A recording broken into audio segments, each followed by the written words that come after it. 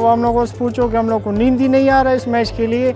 Match के लिए तो हम लोग बहुत बेचैन है। बहरहाल ये है इधर यहाँ एक ही मैच हो रहा है, कम से कम यहाँ 5 मैच होना चाहिए था।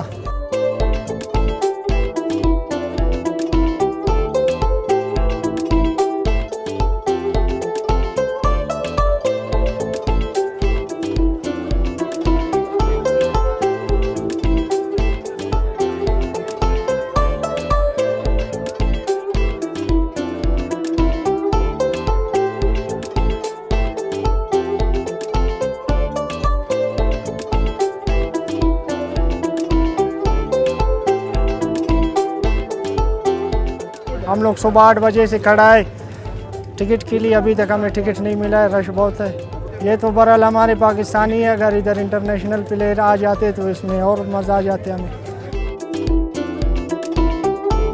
सुबह से आए थे 8 बजे से यहाँ खड़े हैं, अल्हम्दुलिल्लाह टिकट भी मिल गया 2 दाने। तो हम लोग फैन बहुत एक्साइटेड है, इंशाल्लाह मैच हो जाएंगे और अगले मतलब PSL के अगले मैच ज्वाइन होंगे बलूचिस्तान में, तो बहुत मज़ा आ जाएगा।